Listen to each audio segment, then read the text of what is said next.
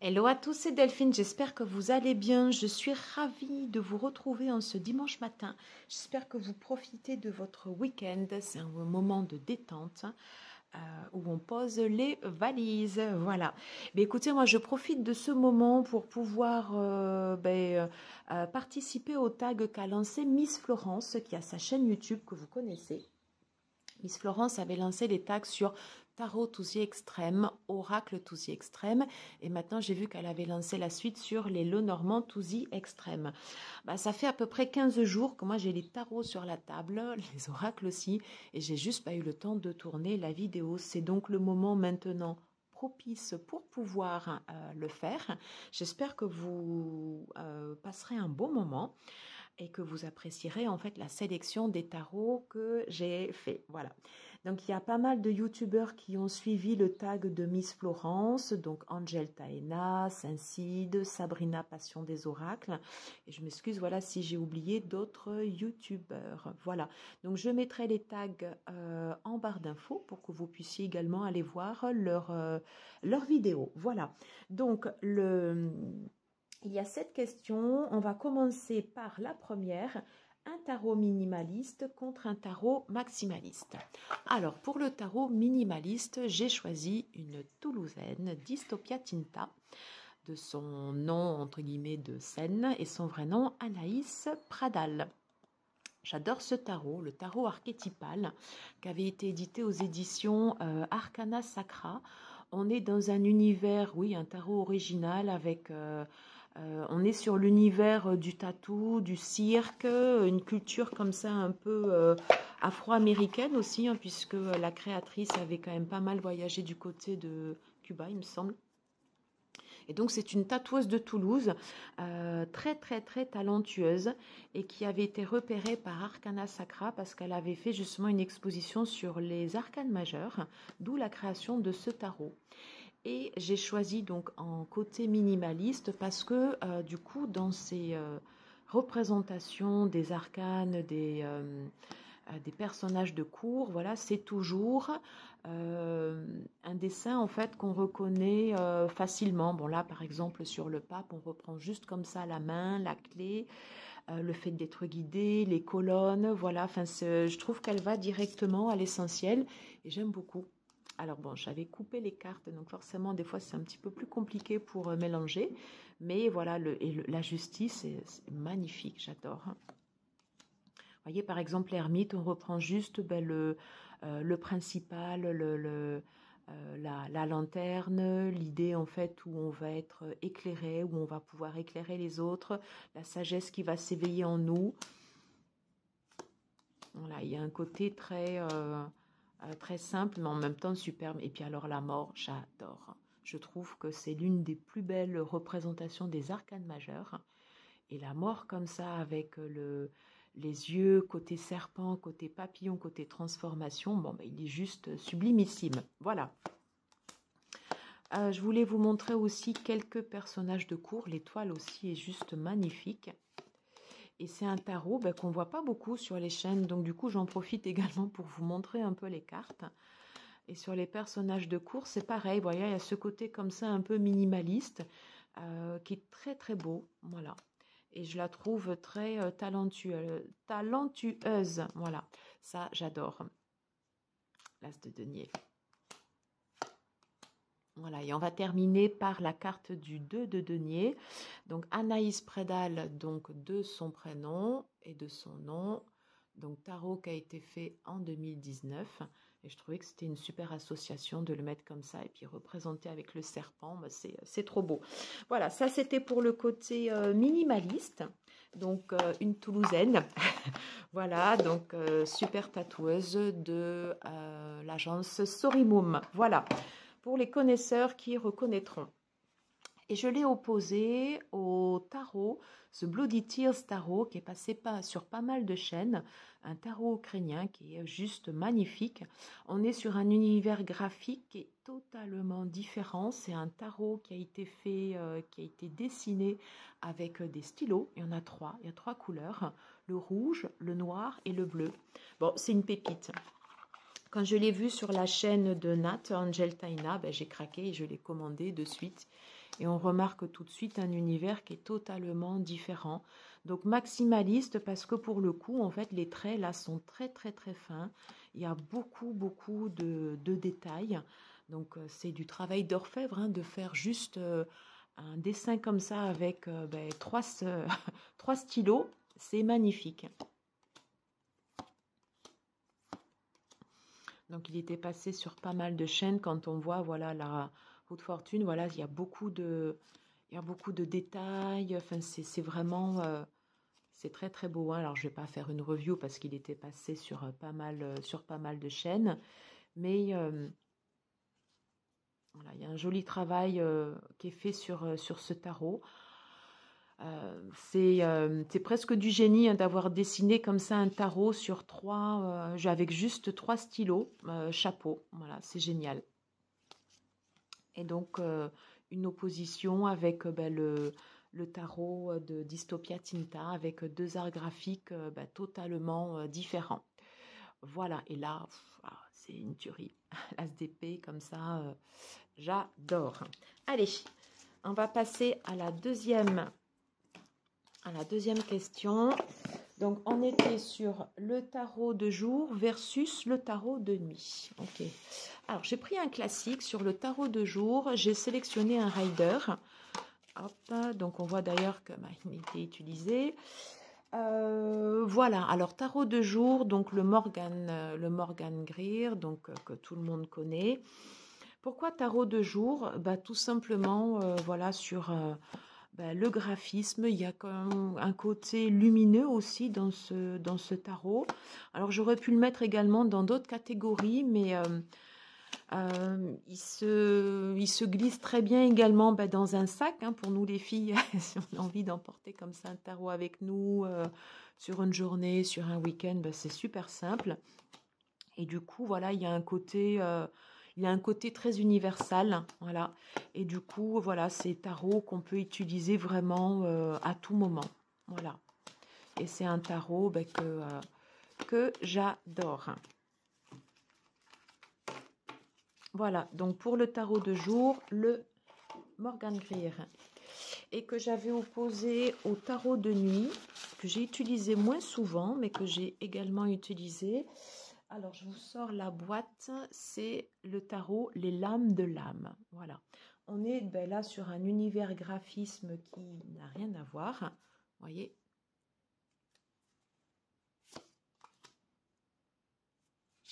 Alors tout de suite, forcément, il fait plus sombre. Et je trouve que c'est un tarot qui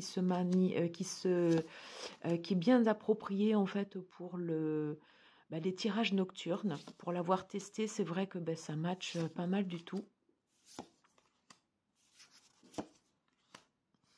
Il y a un côté lumineux. J'adore la représentation de l'étoile. On est sur un univers qui est totalement différent. Un côté forcément un peu plus sombre, voilà, mais que j'aime beaucoup aussi. Voilà. Et je trouve que l'univers du sépia, comme ça, ça rend très très bien sur les cartes. J'aime beaucoup.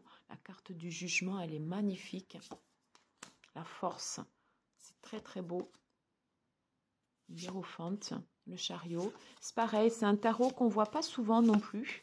Et du coup, il est très très très intéressant à utiliser, roue de fortune avec les tisseuses et tout. Un très très beau tarot, le battleur. On voit bien la jeunesse. Voilà, ça c'était pour la sélection du tarot tarot versus nuit. Donc je vous remontre la pochette, Les Lames de l'âme, voilà, aux éditions Bussière. On passe maintenant à la troisième question. Le tarot qui se mélange bien contre le tarot qui se mélange moins bien. Alors, j'ai repris l'un de mes chouchous. Donc, vous aurez reconnu, évidemment, le tarot des royaumes caché. Pourquoi un tarot qui se mélange bien? Parce que pour moi, c'est la taille optimale du tarot. Bon, je vous montre les cartes, mais le tarot, il est super connu. Alors, les cartes, elles sont souples. Moi, j'adore les mélanger en mode poker. J'ai des mains, vous voyez, donc je trouve qu'au niveau de la prise en main, ben, c'est un tarot qui est top. Voilà.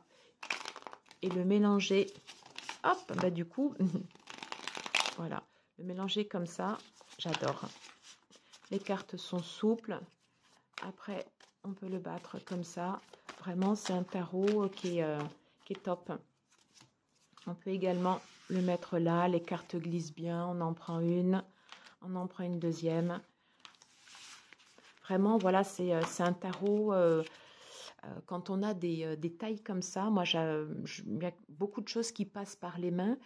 Et par exemple, quand je vais avoir un nouveau tarot, j'aime l'avoir souvent dans les mains, j'aime manipuler les cartes. Donc, c'est une façon aussi un peu alors pas forcément de purifier le deck, mais voilà, de faire connaissance avec le jeu, que nos énergies en fait se mêlent. Donc du coup, la prise en main pour moi, elle est super importante.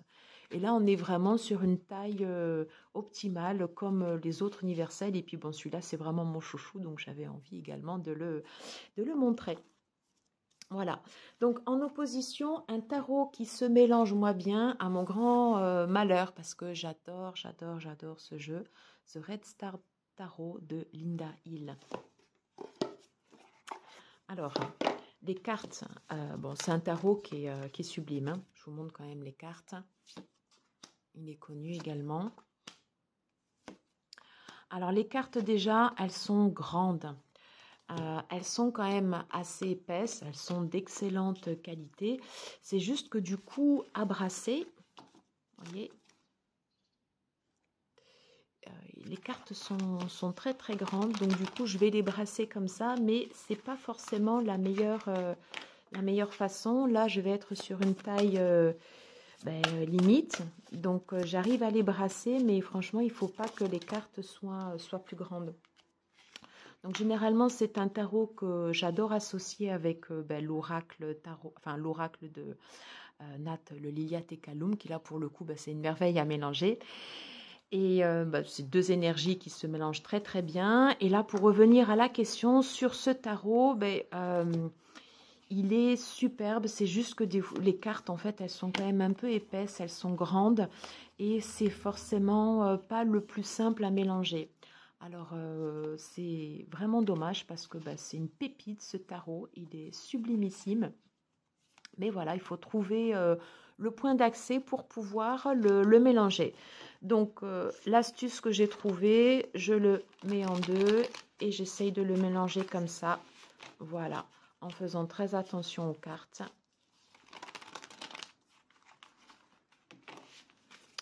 Voilà l'astuce pour pouvoir mélanger The Red Seed Tarot. Un très très très beau tarot de Linda Hill.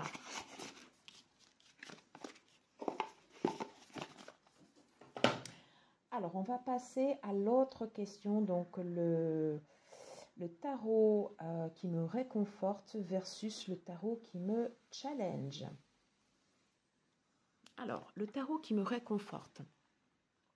J'ai sélectionné le Emma Poetica Tarot de Julie de Tersac, édité par les éditions de Célia Mélesville, Wild Edition. Alors, au départ, j'avais sélectionné un autre tarot et puis forcément, il avait été repris dans les autres chaînes. Donc, du coup, j'avais voulu en mettre un différent et je trouve que celui-là, du coup, il est très bien. Alors, je suis très sensible aux couleurs et le Emma Poetica Tarot, d'abord, il a un côté qui va réveiller comme ça mon enfant intérieur qui parle à la petite fille qui sommeille en moi. J'adore le graphisme, je le trouve très très beau. Et même sur les cartes dites plus dures, je trouve que les messages en fait restent bienveillants, restent doux. Il a un côté également Dixit, hein, même si pour moi le Dixit, c'est pas que pour les enfants, loin de là. Voilà. Mais vous voyez par exemple la représentation du 4 d'épée, je la trouve... je la trouve très douce. Également sur le 7 d'épée où on va parler de vol, de trahison. Voilà, il y a quelque chose qui passe quelque chose qui passe bien en fait dans ce tarot. Et il est passé un peu inaperçu parce que je crois que Célia Mélesville avait sorti le beau tarot en même temps. Donc forcément, il s'est fait exploser par le dernier tarot de Célia Mélesville. Voilà, parce que ultra connu. Et voilà, j'aime beaucoup ce tarot et forcément, c'est un tarot que je vais prendre quand j'ai envie d'avoir un peu de réconfort. Voilà, pour les images douces.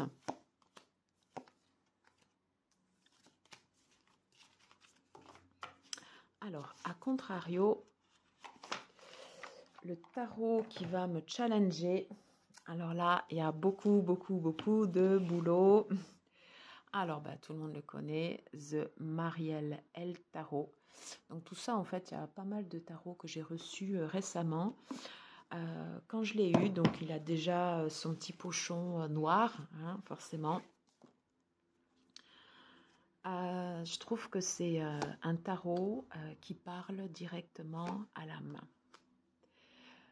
J'avais failli le mettre pour le tarot de nuit parce que j'ai attendu, c'est sur pas mal de tarots que j'avais commandé récemment. Donc j'adore la représentation de l'empereur. Voilà, il était resté un petit bout de temps en fait sur ma table de chevet et en fait je l'ai ouvert la nuit. Et j'ai eu l'impression en fait d'avoir une claque en fait quand j'ai ouvert ce tarot. Ça m'a fait quelque chose. Et je trouve que c'est un tarot qui parle directement à l'âme, l'ermite. Je l'adore. Et pour l'instant, un tarot qui me challenge parce que avant d'utiliser sur la chaîne, la mort aussi est juste sublime, c'est un tarot que je vais utiliser pour l'instant pour moi. Je sens que j'ai besoin de prendre du temps avec ce tarot. Et voilà, et je prendrai le temps du coup nécessaire. Voilà, en tout cas pour l'instant, c'est un tarot que j'ai envie d'utiliser à titre perso. J'adore également la représentation de la lune en opposition avec le soleil. Et c'est vraiment un tarot qui est sublime,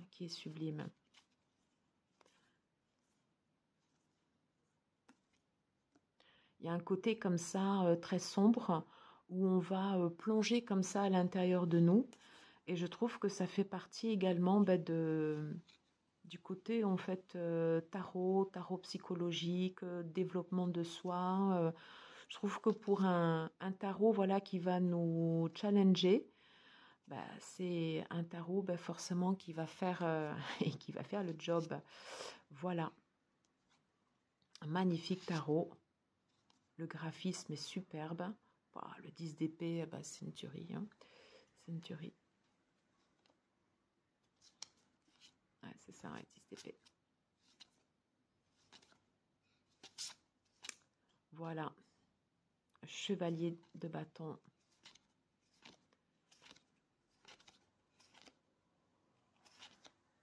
Les reines. De toute façon, toutes les images sont magnifiques. Le roi de bâton aussi, il a un côté comme ça. Quand il vous regarde, on a l'impression que vous transperce. Voilà, donc ça c'est pour le tarot qui me challenge, The Marielle Tarot. Un tarot qui va rester longtemps sur ma table de chevet. Voilà. Alors, dans un univers totalement différent. Alors, le tarot de tous les jours est le tarot que j'utilise de temps en temps. Alors, du coup, j'ai changé un peu. J'ai pris le tarot que j'ai utilisé le plus avec le tarot que j'ai utilisé le moins. Alors, le tarot que j'ai utilisé le plus, eh bien, sans aucune hésitation, c'est le premier deck que j'ai acheté, c'est le Grimaud, le tarot de Marseille. C'est le tarot avec lequel j'ai fait le plus de tirages perso sur la chaîne, voilà. Et c'est le premier, tout premier jeu en fait que j'ai acheté. Et j'ai un lien, voilà, très fort avec ce tarot. Je l'adore. Je l'adore. Et voilà, c'est comme quand on a quelque chose, vous voyez, qui est important et qu'on garde tout le temps. Ben, vous voyez, ce tarot-là, voilà, ben, c'est exactement la même chose. Alors, je ne vais pas montrer les cartes parce que ben, de toute façon, tout le monde le connaît. Et je l'avais opposé au tarot des arcanes. C'est le tarot, à contrario, que j'ai le moins utilisé. C'était un tarot que j'avais pris sur Kickstarter. Je l'ai déjà regardé, bien évidemment, lorsque je l'ai reçu. Je ne l'ai pour l'instant jamais utilisé en tirage. Tout simplement parce que j'ai pas pris le temps pour l'instant de me connecter à ce jeu et à tort. Parce qu'en fait, c'est un tarot qui a été fait par un collectif d'artistes. Voilà. Donc, à chaque arcane majeur, je vous l'ai remis dans l'ordre, hein, il y a des représentations. Donc, on voit Loki, Osiris, Lilith, Simorgh, Némésis. À un moment, on a les moires. Non, là, ici, on est sur Krampus. Voilà, ça, c'est les moires. Elle est trop belle, hein, cette carte, en fait, sur la roue de fortune. Et j'ai juste pas du tout pris le temps, en fait, de me connecter à ce tarot. Et pourtant, il est très, très beau. Voilà. C'est juste que du coup, j'ai un travail à faire dessus. Voilà, pour m'imprégner, en fait, des personnages. Et c'est un tarot qui est très très beau. Ça, c'est sur Amaritsu. C'est magnifique. Voilà. Et après, ici, on passe sur les suites. Donc, un super tarot que j'avais pris sur Kickstarter et que j'avais découvert sur la chaîne de Laurence 2009. J'adore avec les runes là. C'est trop beau. Donc, il y a un super travail qui est fait par tous ces artistes. Et voilà, j'ai juste pas pris le temps de me connecter pour l'instant à ce jeu. Je le ferai. Mais du coup, je prends le temps aussi, voilà. Donc, le tarot que j'ai le moins utilisé jusqu'à présent. On va terminer par Baba Yaga. Et pour pouvoir s'y retrouver, donc on avait à chaque carte, voilà, sur les arcanes majeures, voilà, donc une représentation de chaque. Il y avait un PDF qui était livré avec le tarot. Et pour chaque suite, on a comme ça les représentations des cartes avec tous les artistes qui ont participé au tarot. Donc une petite pépite, un tarot pas très connu. Et voilà, un tarot qui mérite également qu'on s'y penche. Donc le tarot des arcanes. On va passer à l'avant-dernière question. Un tarot que j'avais surestimé versus un tarot que j'avais sous-estimé. Alors, le tarot que j'avais surestimé, c'est le tarot onirique. Explorez les profondeurs de votre inconscient de Janet Piadilato. Pardon d'avoir écorché son nom. Alors, pourquoi j'ai surestimé ce tarot?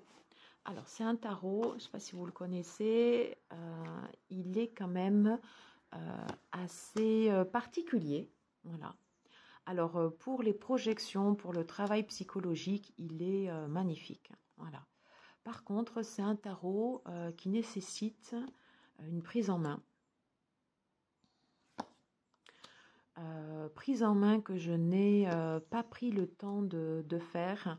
Alors, j'aime beaucoup, hein, parce que du coup, en fait, en regardant les cartes, j'ai plein de choses quand même qui me viennent.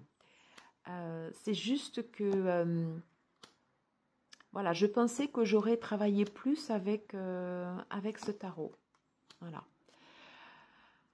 Pour les tirages, on peut, par exemple, j'adore la représentation de la lune, c'est trop beau. Peut-être commencer par ce tarot, juste par piger comme ça une carte, le mettre sur son autel, si on en a un bien sûr, et de pouvoir voir en fait ce que cette carte m'évoque. Ou faire un tirage, peut-être aller en 3 cartes maximum, voilà. Mais voilà, un tarot que j'avais surestimé parce que du coup je pensais que je l'aurais beaucoup plus utilisé que ça, et en fait non, pas tant que ça, voilà. J'adore la carte de la tempérance. Ça me fait penser un univers romantique comme les héroïnes de Orgueil et préjugés, Janet Lane. Ouais, très très beau, j'aime beaucoup. L'as de bâton, Vénus, c'est trop beau. Voilà, mais un tarot voilà, que j'avais quand même un peu sous-estimé. Donc voilà, la Vénus sur la Dame de Pentacle. Et qui nécessiterait également plus du travail. Voilà, plus de travail avant de pouvoir bien l'avoir en main. C'est loin, c'est pas du tout un universel, loin de là. Donc un tarot qui nécessite pour l'instant plus de temps. Bon, la tour est magnifique. Mais un tarot très intéressant. Et c'est vrai qu'en vous montrant les cartes, j'ai envie d'y rester dessus.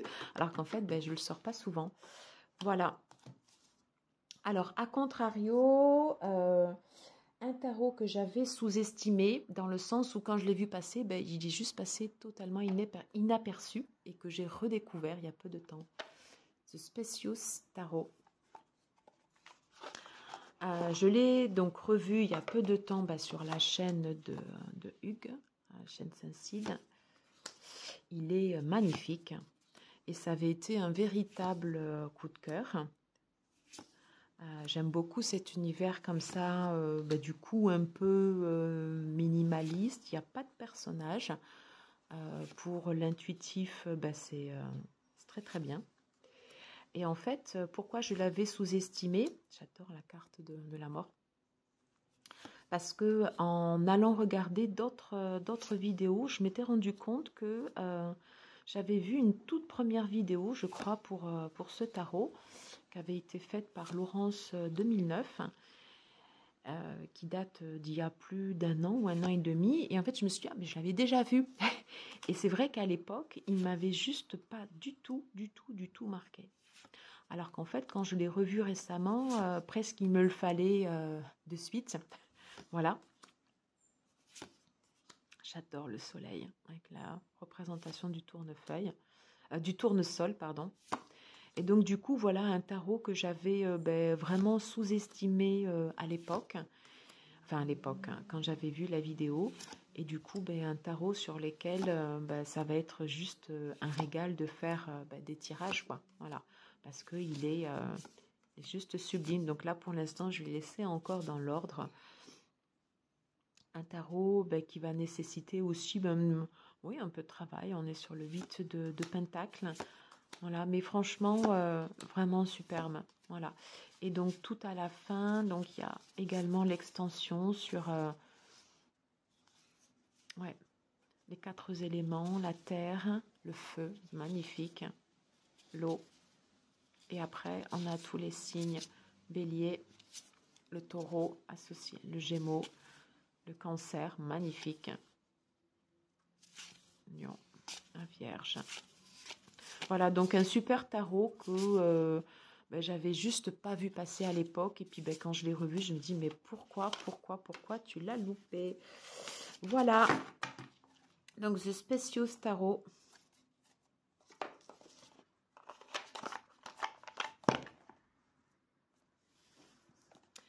Et on termine, oui, par le dernier. Tarot auquel on va associer en fait le travail de lumière et le travail de l'ombre. Alors, pour le tarot, le travail de lumière, j'ai pris un tarot classique. J'ai pris le tarot un Nicolas de Convert. Voilà, un tarot dit première génération, voilà, que j'avais racheté à Hugues de la chaîne Saint-Cide. Donc c'est mon deuxième tarot. Alors pourquoi un tarot pour le travail de lumière? Alors déjà, je trouve qu'au niveau graphisme, il est totalement différent du Grimaud. Je vais vous ressortir le Grimaud. Je vais le mettre à côté. Voilà, donc sur l'univers du Grimaud, les couleurs prédominantes, vous savez qu'il y a 6 couleurs dans le tarot, hein. Il y a le rouge, le bleu, le jaune, le vert, le noir et le blanc. Et c'est vrai que dans le Grimaud, on va retrouver systématiquement une prédominance de bleu, de rouge, du jaune, des fois du noir selon les suites. Les suites des épées, c'est très flagrant. Mais vous voyez, en fait, la tonalité, on est souvent en fait sur les mêmes couleurs, couleur chair aussi. Alors que du coup, la spécificité dans ce tarot, c'est qu'il y a une prédominance de vert. Et le vert, on est dans le tarot initial, le Grimaud, il y a très très peu de cartes où on va pouvoir aller le chercher. Et du coup, je trouve que ça donne une tonalité totalement différente au tarot. Déjà, bon, ben, les visages sont très très expressifs. Et on a du vert quasiment partout. Alors que dans l'original, bon, on l'a évidemment sur le pendu, quelques autres cartes, mais au final, très peu. Et là, c'est vrai qu'on est sur une dominante qui est totalement différente. Alors, ça reste bien évidemment un tarot, c'est un tarot de Marseille. Mais je trouve que ça donne une tonalité différente. Et puis, du coup, j'avais envie d'utiliser, j'adore du coup, en fait, la tour. Je la trouve lumineuse. Voilà, elle prend du coup tout son éclat. Le côté tour dans son côté positif. Voilà. Et moi, j'avais envie d'utiliser, j'adore aussi l'étoile, j'avais envie en fait d'utiliser ce tarot versus côté lumière pour bien reprendre oui, tout le côté un peu vitalité, un peu espoir. Ouais, voilà, s'il y a quelque chose qui m'évoque, enfin voilà, une impression vraiment de douceur en fait quand je vois ce tarot, même si ça reste un tarot, voilà, mais cette prédominance comme ça de vert, je le trouve magnifique. Donc ce tarot était un vrai coup de cœur et j'avais envie de l'utiliser côté versus lumière. Voilà, et donc je vais mettre à profit les vacances d'octobre pour pouvoir travailler sur des tirages avec ce tarot. En opposition, et ce sera le dernier tarot que je vous présenterai, donc le tarot pour le travail de l'ombre. Donc là, j'ai pris le Deviant Moon, l'édition bordelaise. Bon, c'est un tarot qui est extrêmement connu, que j'avais refait ici au niveau des cartes. Donc c'est un tarot qui est très très approprié pour le travail de l'ombre, forcément. C'est également un tarot qui ne plaît pas à tout le monde, je peux comprendre. Voilà. Moi, je sais que tout au début, quand j'avais vu ce tarot, presque il me rebutait. Il y avait quelque chose que je n'aimais pas du tout. Et puis, je ne sais pas pourquoi, voilà, je me suis mis en fait à aimer ce tarot. Et je trouve qu'en travail de l'ombre, forcément, il est super. Et ce que j'aime en fait dans ce tarot, c'est le côté comme ça, un peu humour.